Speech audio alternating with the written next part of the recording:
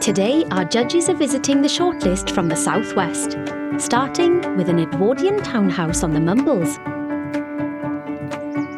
Bryn Eithen was built around 1906 and is home to Catherine, husband Jono, and their children Megan and Campbell. I love my home. I absolutely love my home. I love making the spaces work for us. The family moved into the property 4 years ago and have made some significant changes. I like things that are a little bit individual, but I like them to be practical and work for the family as well. It's just a lovely space to welcome people into, and that's really what we were aiming to do. The ground floor includes a generous hallway, a kitchen diner, and a large living room and dining area, leading onto a patio with sea views. The first floor has an office, a master bedroom and a bathroom. The second floor, 2 further bedrooms and another bathroom. Prior to the judge's arrival, we asked the owner to leave a heart in her favourite place. So this is my favourite spot in the home. It's got the most spectacular views of the sea, which is just super calming. It's lovely to come out here and sit, read a book, magazine, just chat and catch up. Armed with only the basic facts about the property and its owner, the judges have arrived to assess Bryn Eithen. Well.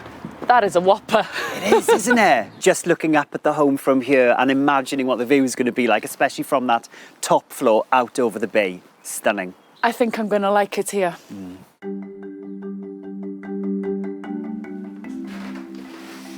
Wow. Oh, nice. Very nice. What I like about this hall is usually, they can be overdone, can't they? Overstyled with console tables and lamps. I'm guilty myself. But here, there's a lot of space, a piano with a lamp. And then over there, there's that pine cabinet. We are by the sea, aren't we? So it is quite seaside vibes, isn't it? And like you say, it's a huge house. So the hallway is impressive in proportion with the house, but they haven't overdone it. Yeah. Loving the floor. Nice, rich colours. Yeah, I think it's really nice as well to see in a home of this age where someone has been quite bold with the colours. The architraves, the skirting boards, even the whole staircase are this lovely colour. Oh, this is nice. I have to say, this room, the interiors isn't what I expected. I do love a bit more of a countrified look, and this is definitely more that. It's relaxed, the grey sofas, they're all a bit different, but it's nice. There's some texture, there's some pattern. It's quite eclectic, isn't it? I'm seeing a few different styles. The dusky pink and the brass handles, that's quite on trend. It doesn't look out of place, does it? Definitely not. And look at this, the way you step out onto the patio, you've got these tiles, which I wouldn't have even thought of doing like that. It's a great way, isn't it, to transition a floor. Seamless, isn't it? It is. There's one thing, darlings, that I really want to see, though. The view, which we've not really seen yet. Should we venture outside? Oh, go on then. Go on. And twist your arm. Oh, wow. Look, there it is. Oh, I wonder why. I mean, what is there to like here? This is what makes our job worthwhile, isn't it? I was going to ask you both why the owners of this home have chosen this space to place the heart, but I mean, it's pretty obvious, isn't it? It's quite private though, isn't it? Because of the palm trees here, it does give a sense of enclosure. You don't feel as if you're exposed to the whole of the bay. And it's got the perfect orientation, hasn't it? So you're going to get the whole afternoon basked in sun here. It's a real sun trap. If I was here all day, though, I'd end up as red as this heart. I'd have to get a lot of factor 50 on, darlings. Oh, wow. Oh, this is something else. I wasn't expecting this.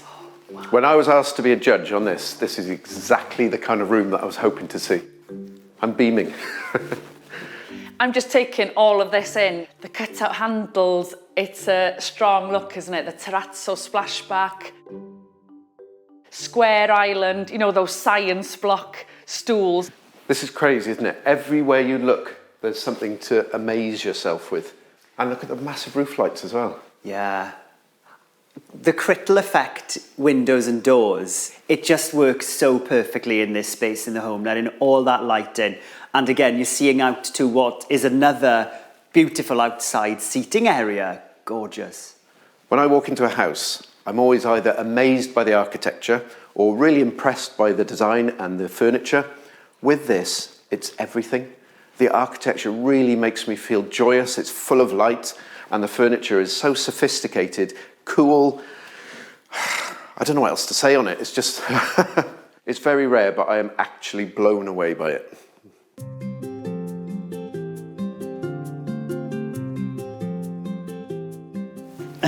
I just feel like I keep saying wow when I walk into the rooms in this home. Don't you feel like you're just walking into a glass room? Yeah, you do. Also, speaking of the windows, man, the bay obviously is prominent. It's there, it's big. But this cutesy little side window that I'm loving in this room, because you just look through it and there it is, the glistening water. That must be such a fabulous place to sit and watch the weather come in and the sea roll in. It's such a fantastic space. The judges will now mark Brynathan out of 10, with functionality, distinctiveness and design in mind. Mandy's score will be held back until the judges have seen all 3 homes, when their combined scores will be revealed. This home is just incredible. You can see from the front that it's going to be sizable, and then when you approach it and step inside, the proportions of the rooms are just huge, really. But the owners have been really careful to give every room a bit of an identity, really, and every space you step into is different, but also works really well. They've got fabulous taste. I'm going to give this home a 9. I'm actually really surprised how much I've fallen in love with this home. What they've done to the house, I think, is very sophisticated. There's no specific contrived style. Everything sort of blends in nicely. The kitchen itself, I think, is one of the best spaces I've ever been in. The moment I opened that door, you could probably see the joy just shone out of my face. And I think that's what I was looking for when we started this programme. I'm going to give this home a 10. Such a nice house overall, you know, relaxed, family feel. And it's refreshing, really. I honestly didn't expect this at the back of the house. I love the kitchen, love the outdoor space in the front and the back. You know, it just feels really welcoming. I'd happily transport this kitchen to my house, and I rarely say that, I think.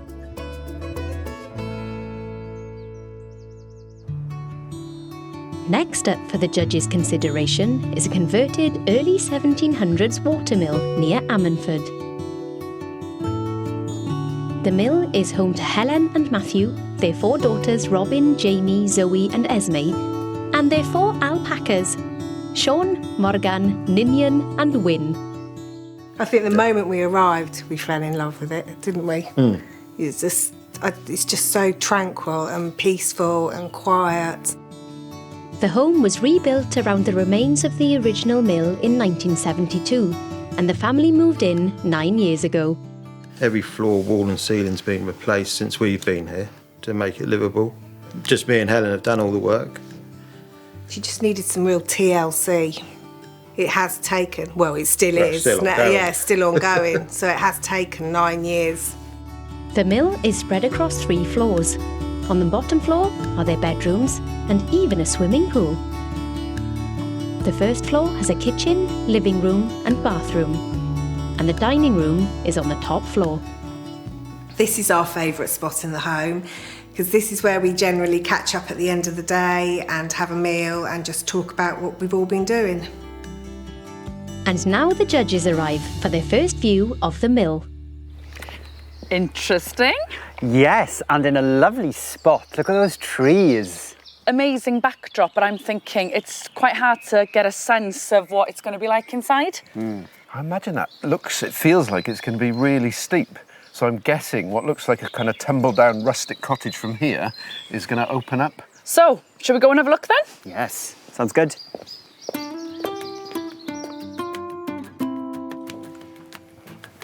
Ah. From outside, I think the 3 of us were expecting this to be a split-level home, and maybe a lot of it would be below the road level. And yeah, here we are. We're looking down there.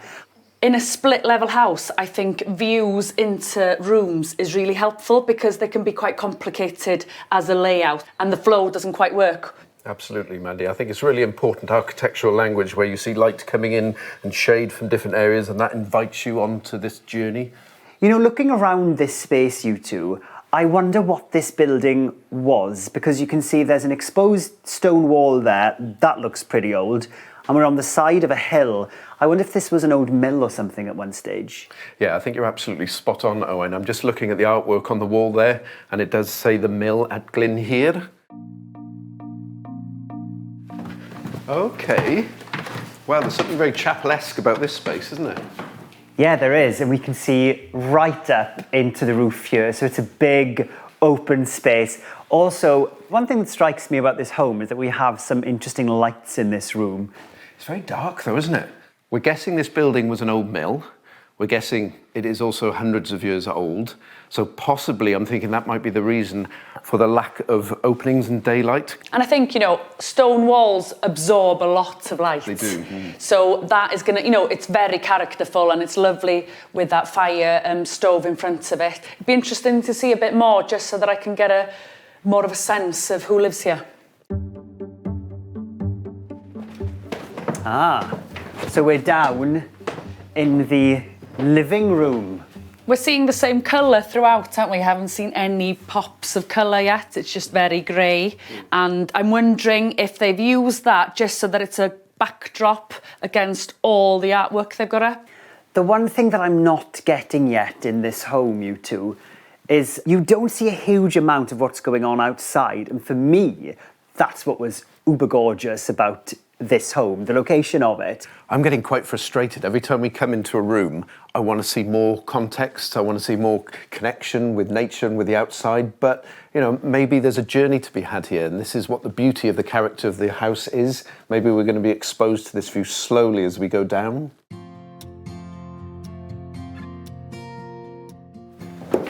We found the kitchen, you two. Oh, look, here we have it. I found the heart.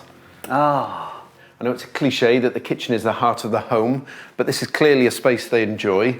We've got some connection with the outside, very small windows, almost as if nature is the picture on the walls.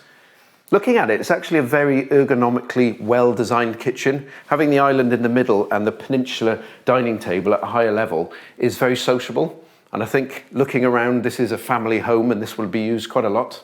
Kitchens are sociable spaces, aren't they? It's usually my favourite room. But for me, these massive lights are just obstructing my view. They're obstructing my view to the trees, as well as possibly obstructing my view to have eye contact with someone that's in the room. So I just think, you know, I want the lights just to flood in.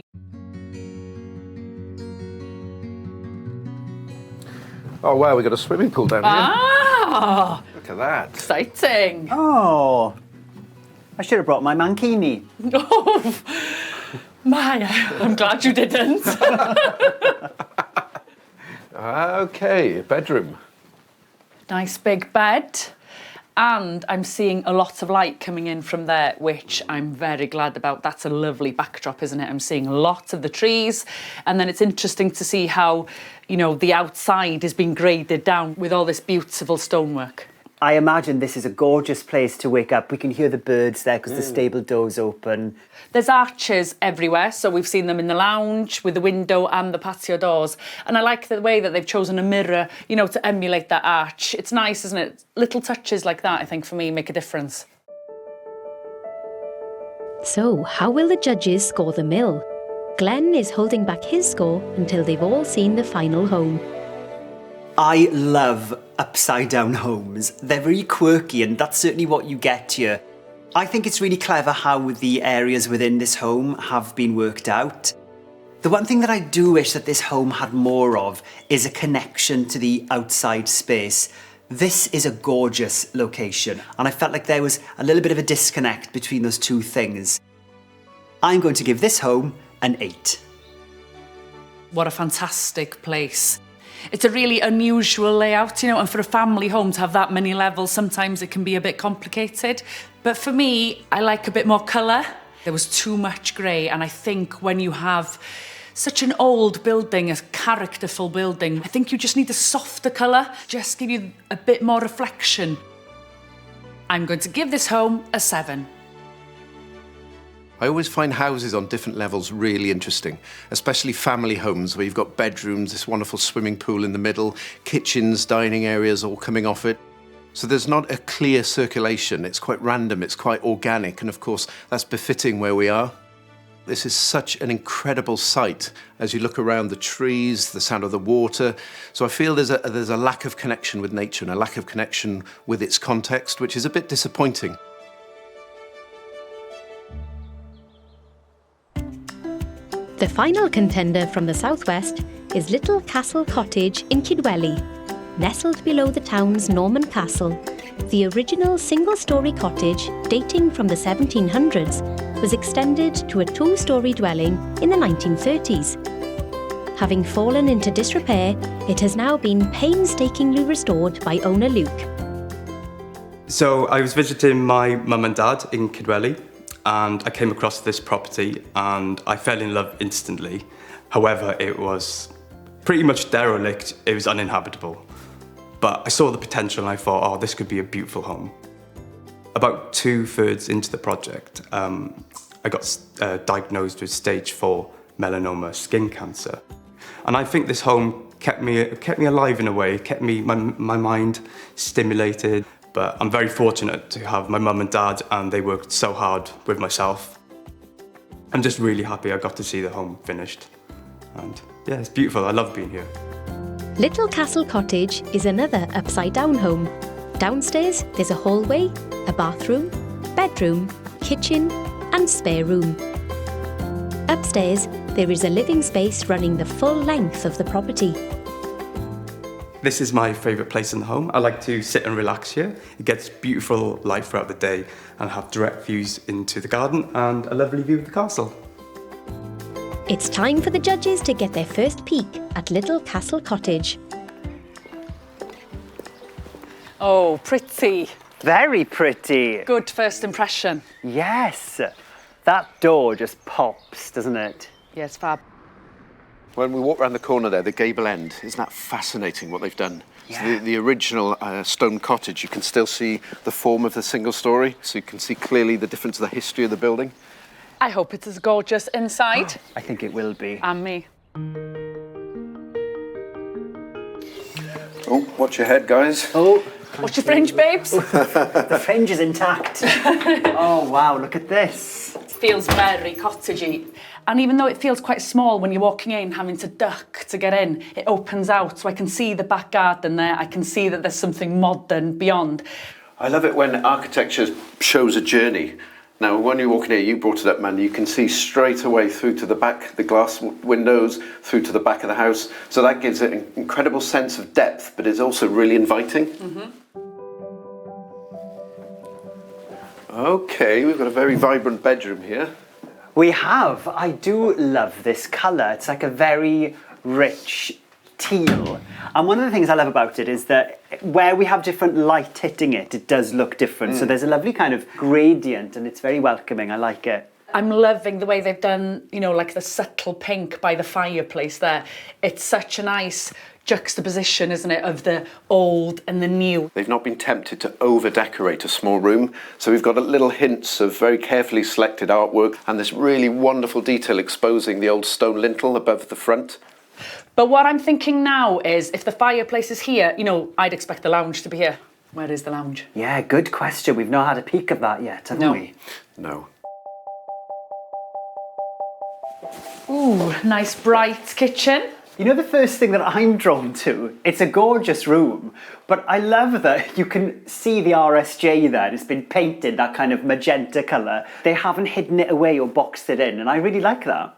Yeah, and do you know what I like about it? It's quite a relatively small kitchen, isn't it? You know, you've got a neat L here, opens out. I love that you know, you're in the garden, you're on the grass there.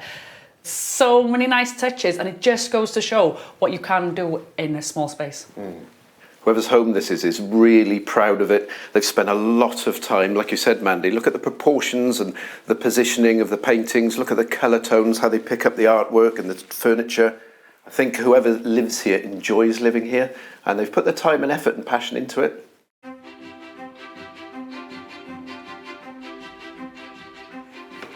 Oh, it's good up here, boys.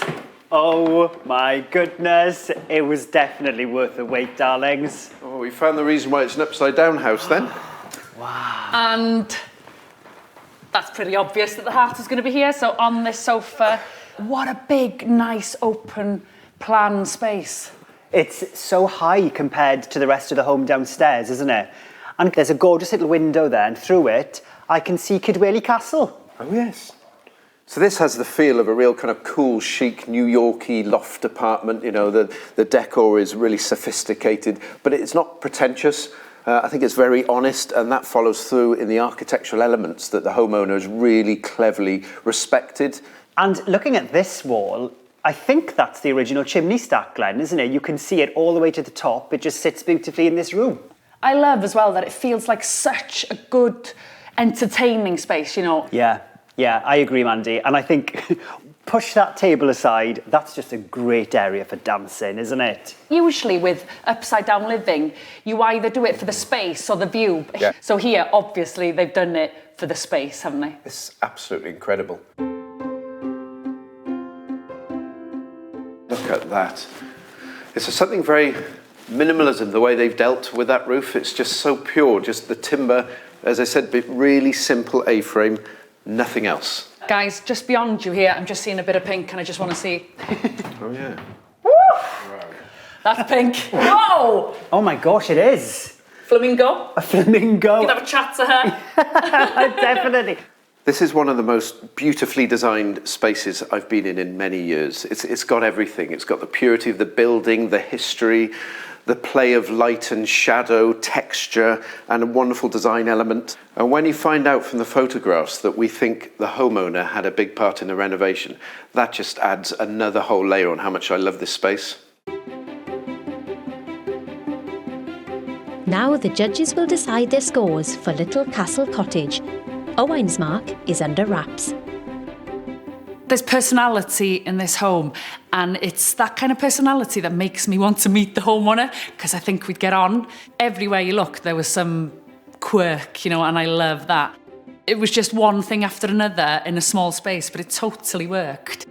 I just get a very good, happy vibe here. I'm going to give this home a 9. I love an upside-down home, and I think the owner has got it absolutely spot on. It's such a wonderful feeling going up these stairs and being exposed to the vaulted ceiling. The term that springs to mind is multi-sensory. I think here you can hear the birds, the stone, the metal, and I think all of this comes together in what I think is a truly delightful home. The homeowners certainly put a lot of effort and passion and heart into this place, and you can see it everywhere you look. I'm going to give this home a 9. I think when you're outside this home, you know it's going to offer a little bit more, and it certainly does give you that something. You can tell the owner just has great taste. There are bold colours, there are statement pieces throughout, and it's a great level of style throughout this home, and I just love spending time here.